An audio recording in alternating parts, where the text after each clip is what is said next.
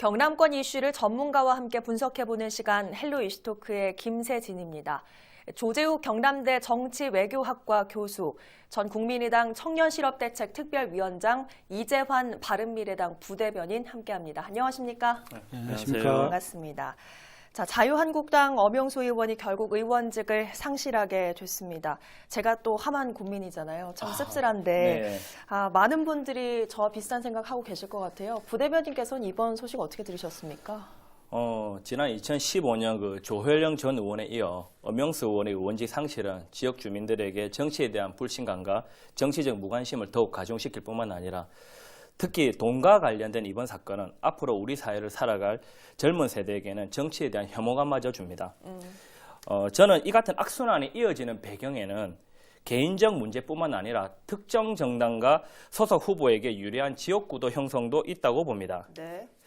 특히 구시대적 대표 병폐인 돈과 관련해 연이어 발생하는 악순환은 반드시 근절되어야 함에도 4차 산업혁명 시대인 현재까지 이어지고 있는 것은 심각한 문제입니다. 이번 사건의 가장 큰 책임은 엄 의원의 소속인 자유한국당에 있습니다. 네. 이런 악순환이 더 이상 일어나지 않기 위해서는 정당에 맡길 것이 아니라 지역 주민, 즉 유권자가 적극적으로 나서야 합니다. 유권자가 적극적으로 정치에 관심을 가질 때 정당은 선거 후보자 발굴에서 공천까지 모든 과정에 신중해질 수밖에 없고 정치인은 정당이 아닌 유권자에게 줄을 서게 됩니다. 그렇게 되면 정치인은 정치 권력을 획득하고 유지하기 위해 주민을 위한 정책 개발 및 실현에 집중할 수밖에 없으며 불법 등에 개입하는 순간 아웃이라는 인식하에 매사 신중해질 수밖에 없습니다. 정치를 좌지우지할 수 있는 최대 권력자는 유권자입니다. 내년 총선에서는 정당을 위한 선거가 아닌 유권자를 위한 선거가 되길 도민의 한 사람으로 간곡히 기대합니다. 네, 저희가 지난주 이슈토크에서도 잠깐 다뤘지만 이 지역구의 홍준표 전 경남지사가 출마가 계속 거론되고 있는 상황입니다. 이번 선거 좀 시끌벅적해지겠어요? 일단 이제 좀 추이를 지켜봐야 되겠는데 본선보다는 예선에 더 많은 관심을 가지고 이 선거가 좀 집중되지 않을까 이런 생각을 좀 하고는 있습니다. 네. 그러니까 경남 지역에는 이제 농어촌 지역 3개 또는 4개 지역이 하나의 그 지역구로 이제 생겨난 곳이 있는데 그 대표적인 곳이 아까 언급한 창녕, 함안, 어령, 밀양 지역입니다. 이 지역은 실질적으로 야당 자유한국당이 굉장히 유리한 고지를 지금 점령하고 있는 곳이라도 과언이 아닌데 그래서 본선 게임보다는 예선에서 누가 공천을 받느냐 여기에 더 많은 관심을 두고 있는 것이 사실입니다. 그러니까 엄영수 의원이 의원직을 상실했지 않습니까? 그래서 무주공산이 된 지역인데 여러 후보들이 거론되고 있지만은 특히 이제 초미의 관심사는 홍준표 전 도지사가 출마할 것인가 안 할 것인가. 이분이 이제 또 고향이 창녕이다 보니까 이런 말이 계속 나오고 있고 다음에 이제 거창, 산청, 합천, 함양 지역인데 이곳 이제 국회의원은 자유한국당 소속의 강석진 의원입니다. 그런데 같은 당 소속의 김태호 전 도지사가 지금 이제 출마를 준비한다 이런 소식이 들리거든요. 특히 이제 김태호 전 도지사 같은 경우에는 주소지를 거창에 옮겼다는 소식도 들리고 있고 잘 아시다시피 이제 김태호 전 도지사 같은 경우에는 야당에서 대권 주자로 거론되는 그런 분 중에 하나거든요. 창녕 군수도 역임하셨고 경상남도 도지사도 역임하셨고 그다음에 국회의원도 역임하셨고 또 이제 국무총리 서리까지도 국무총리까지 지명을 받으신 분이니까 굉장히 거물급 정치인이라 보시면 되고 그래서 경선을 할 것인지 아니면 둘 중에 한 분이 다른 지역으로 지금 출마가 될 것인지에 대해서도 한번 좀 우리가 관심을 지키면서 살펴볼 필요성이 있는 부분이고 끝으로 이제 사천 하동남의 지역이 있습니다.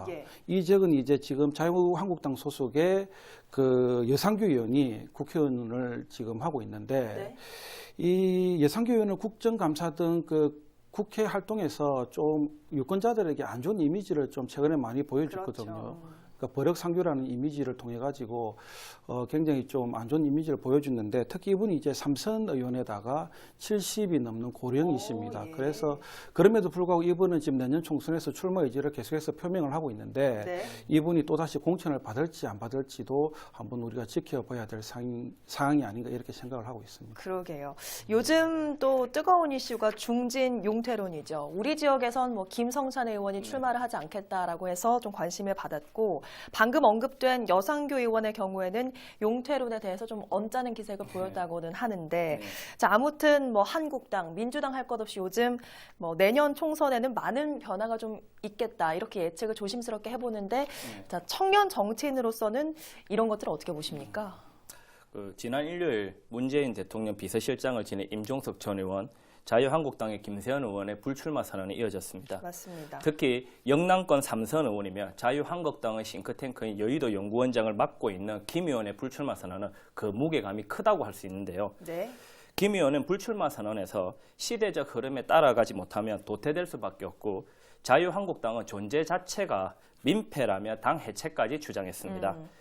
이는 자유한국당의 텃밭인 영남에서 다선 의원이 인적 쇄신과 세대 교체 없이 밥그릇 싸움에만 집중하고 있는 당내 현실을 반성한 것일 뿐만 아니라 한 정치인으로 최소한 부끄러워할 줄 아는 책임 있는 자세를 보인 것으로 볼 수 있습니다. 네.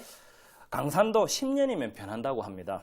삼선이면 12년입니다. 네. 12년 동안 노력했으면 최선을 다한 것이라고 볼 수밖에 없습니다. 네. 자기 만족을 위해 정치를 하는 것이 아니라 국가와 주민을 위해 정치를 했다면 선배인 다선 의원들이 해야 될 역할은 변화를 이끌어내지 못한 부분에 대해 책임을 통감하고 후배들이 본인들보다 더 잘할 수 있도록 뒤에서 지지해주고 도와주는 자세로 선순환되는 정치 구조를 만들어야 합니다. 네. 또한 우리 주변에서는 급변하는 시대에 비해 법과 제도가 뒤처지는 경우를 많이 볼 수 있습니다. 네.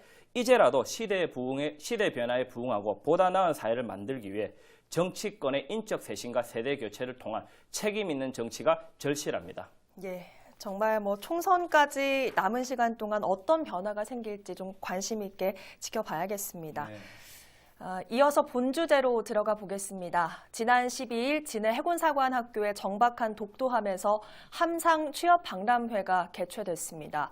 취업문이 점점 더 좁아지는 현실에서 가뭄 속 단비 같았던 이번 취업 박람회 내용을 살펴보고 앞으로 경남의 청년 구직자를 위한 다양한 해법들까지 고민해 보겠습니다. 자, 이재환 부대변인께서는 청년 실업 대책을 좀 고민했던 전력으로 봤을 때 네. 이번 함상 취업 박람회 어떻게 보셨어요? 청년 실업이야 늘 고민하죠. 네. 청년 실업이 심각한 요즘 다양하게 개최되는 지역 박람회는 구직자에게 기대를 주기도 하지만 한편으로는 내용 없는 보여주기식 정시성 행사로 인해 구직자에게 실망감을 안겨주기도 합니다. 이번 함상 지역 박람회는 국방의 의무가 다른 이들에 비해 뒤처지는 시간이 되지 않을까 고민하는 청년들에게 네. 민관군이 그들의 노고를 인정하며 그들의 진로에 도움이 되기 위해 노력한 의미 있는 행사로 볼 수 있습니다. 네. 또한 해군 함정에서 진행된 이번 행사에는 40여 개의 방위산업체가 참여했는데 이는 국방과 관련된 군 방위산업체라는 특징을 살린 이색적인 행사로 볼 수 있습니다. 개인적으로 바람이 있다면 참가 기업과 구직자들의 의견을 수렴하는 피드백을 통해 네. 향후 해군 장병과 참가 업체 모두에게 실질적인 도움이 되는 연례 행사가 되길 기대합니다. 예. 자, 조재욱 교수님께서는 항상 구직자들 가까이서 지켜보고 계신데 이번 취업 박람회 어떻게 평가하십니까? 일단 이제 저 박람회가 개최되는 것 자체는 저는 긍정적인 평가를 내리고 싶죠. 네. 그러니까 청년 실업은 이 시대의 하두이고 이 하두가 이제 계속해서 이어져 나갈 가능성이 워낙 크기 때문에 네. 독도함이 정박된 곳은 평소 가기 쉽지 않은 곳입니다. 뭐 진해 군부대에 이제 위치하고 있으니까 그래서 일단 구직자들 입장에서는 좀 가기가 좀 쉽지 않은 곳이고 불편함이 다수 있었을 건데 그래도 우리 사회가 나서가지고 지속적으로 이런 이제 구직 활동을 전개해 나간다는 자체가 저는 굉장히 뭐 고무적인 일이라고 생각을 하고 있고 네. 특히 이번에는 이제 민과 강과 군이 함께 그 지역 박람회를 개최했지 않습니까? 과거에는 민과 간이 주도가 돼서 했는데 이번에 특히 이제 군이라는 특별한 곳에서 이제 참여를 했기 때문에 뭐 굉장히 좀 의의가 좀 크다 이렇게 이야기를 하고 싶고 네. 특히 우리 병사들에게 크게 도움이 되지 않았나 이런 생각을 하고 있습니다. 맞아요. 뭐 이번에 해군 병사뿐만 아니라 육해 공군 해병대까지 10,000명이 넘는 그런 병사가 이번 박람회에 이제 참가를 했다고 하는데 네. 특히 이제 그 전역을 앞둔 그런 병사들에게는 실질적으로 큰 도움이 되었을 테고 그렇겠죠. 그다음에 이제 군 생활이 좀 남은 병사들도 이 그 지역 박람회를 통해 가지고 그 기업들이 뭘 요구하는지 네. 뭐 기타 등등의 어떤 정보를 얻는데 큰 도움이 되지 않았나 그런 측면에서 이런 박람회는 계속해서 지속적으로 좀 전개될 필요가 있다, 이어나갈 필요가 있다 이렇게 생각을 하고 있습니다. 네. 그런데 이 도내에서 취업박람회가 그동안 없었던 건 아니거든요. 네. 근데 이번에 이 취업박람회가 더 많은 관심을 불러일으킨 이유는 뭐라고 봐야겠습니까? 그러니까 앞서 이야기한 것처럼 대부분의 취업박람회는 이제 민과 관이 주도가 되고 있고 그 다음에 가끔 대학이 이제 참가하게 되는데 네. 이번에는 처음으로 군이 한번 참여했다는 데서 가장 큰 의의가 있지 않나 이렇게 생각을 하고 있고요. 네. 이번에 특히 이제 중소기업진흥공단, 중진공하고 해군하고 창원시가 업무 협약을 통해 가지고 그 취업 박람회를 공동으로 개최를 했는데 그 속에서 지역 기업하고 우리 장병들 간의 어떤 취업 매칭이 이루어졌다는 데 대해서 저는 정말 높게 평가하고 있고 네. 또 뭐 칭찬받을 만한 일이다 이렇게 생각을 하고 있습니다. 그 전역을 앞둔 병사들한테는 미래가 걱정이 안 될 수가 없죠. 네. 뭐 저도 이제 군 생활을 또 해봤고 우리 이재한 부대변인께서도 군 생활을 해봤는데 그 전역을 앞둔 시점에서는 막막하거든요. 내가 뭘 준비를 해야 될지 또 뭘 해야 될지 이런 고민거리가 참 큰데 근데 군 생활을 하면서 이런 취업 기회를 그 얻을 수 있다는 건 어떻게 보면 큰 행운이나 뭐 다름이 없다고 볼 수가 있고 네. 또 채용자에게도 이번에 큰 도움이 되지 않나 이런 생각을 해요. 그러니까 이번에 이제 방산 관련, 해운 네. 관련 업체들이 많이 참여를 했는데 우리 그 해군 장병들 같은 경우는 무기나 그 배에 대해 경력자라 해도 과언이 아니지 않습니까? 맞습니다. 뭐 어떻게 보면 나름의 준 전문성을 갖춘 분이라고 이야기를 할 수가 있는데 회사 입장에서는 어느 정도 검증된 사람을 채용을 할 수 있으니까 리스크를 줄이는데 큰 도움이 될 거고 네. 뭐 종합적으로 보면 회사나 구직자 모두 윈윈하는 그런 취업 박람회가 아니었나 이런 뭐 생각을 하고는 있습니다. 그러면 부 대변인께서는 이번 취업 박람회에서 어떤 부분 눈여겨 보셨습니까? 대부분의 지역 박람회는 산업, 업종, 구직자의 특성을 고려하지 않은 종합과자 선물 세트처럼 인기를 끌만한 소수의 대기업 등과 불특정 다수의 중소기업 위주로 구성되어 있어 네. 기대를 하고 행사장을 찾은 구직자들에게 실망감을 안겨주는 경우가 많습니다. 또한 그 행사장에 만약에 참석을 하여도 가산점을 정부 이제 참여 기업이 정부에게 가산점을 받기 위한 면접 리스트에 이름만 올리는 경우가 다반사인데요. 네. 이번 함상 취업 박람회는 해군과 전역을 앞둔 장병이라는 특성에 맞춰 접근한 방향성을 가졌기 때문에 관심 있게 봅니다. 네. 해군에 의하면 연간 1만여 명의 장병이 전역을 하고 그중 3천여 명이 취업 전선에 나간다고 합니다. 네. 군복무를 하며 불안한 내일에 고민하는 장병들에게 이번 행사는 향후 구직을 통해 무엇을 준비해야 될지 알 수 있게 할 뿐만 아니라 행사에 참가한 업체를 통해 구직에 도전할 수 있는 기회장이 되었다고 합니다. 또한 해군이라는 특성을 살려 40여 개의 방위산업체가 참여한 방위산업 전시관은 군복무를 통해 익히 업무 역량을 활용할 수 있는 곳이 어딘지 알 수 있을 뿐만 아니라 전역 후에도 국방 관련 분야에 복무하며 관련 분야의 전문성을 발전시킬 수 있는 기회장이 될 수 있습니다. 네. 즉 주체기관과 유관기관, 구직자의 특성을 고려한 방향성을 가진 이번 취업박람회는 앞으로 세분화하여 추진되어야 할 취업박람회의 모습 중 하나를 제시하였다고 볼 수 있습니다. 네, 지적을 좀 해주셨지만 일반적으로 생각하는 취업박람회에 비해서 이번 함상 취업박람회가 정말 좀 색다른 것들로 구성이 됐다고 하더라고요. 자, 말씀처럼 점점 좀 첨단화되고 세분화되는 게 추세인 것 같아요. 그 취업 박람회에 참가해가지고 기업은 좋은 인재를 발탁하고 그다음에 이제 그 취업자는 구직을 하면 이게 제일 뭐 좋은 그림인데 이거 아니라도 취업 박람회는 뭐 좋은 정보를 얻고 교환하는 그런 장이 되거든요. 그러니까 기업 입장에서는 요즘 청년 세대들이 어떤 생각을 하고 있고 어떤 성향을 갖고 있는지를 잘 알 수가 있습니다. 면접을 통해서 보면 우리 사회가 지금 산업화 세대, 민주화 세대, 그다음에 IMF 세대, 3포 세대, 또 N 세대를 거쳐가지고 이제 G 세대라고 하거든요. 이 G 세대는 글로벌 세대, 그린 세대라고 이제 부르게 되는데 기업은 이제 이 G 세대를 발탁해가지고 어떻게 하면 시너지 효과를 창출해서 더 많은 수익을 올릴 것인가를 한번 고민해 볼 수 있는 사전에 미리 고민해 볼 수 있는 좋은 장이 될 수 있는 게 이 취업 박람회라고 보시면 되고 또 취업 준비생들은 4차 산업혁명 시대를 맞이해가지고 어떤 것을 준비해야 되는지를 이제 잘 알 수가 있어요. 그러니까 이제 그 최근 이제 공기업을 중심으로 쭉 보면 면접도 그 사람이 직접 보는 게 아니라 AI 인공지능을 통해서 면접을 보고 있거든요. 그래서 최근에는 취업을 하면서 내가 무엇을 준비해야 되는지도 이 취업 박람회를 통해서 충분히 알 수가 있고 그다음에 하향 산업이 무엇인지 그다음 각광받는 미래 산업이 무엇인지도 충분히 이제 알 수 있는 그런 기회를 마련할 수가 있고요.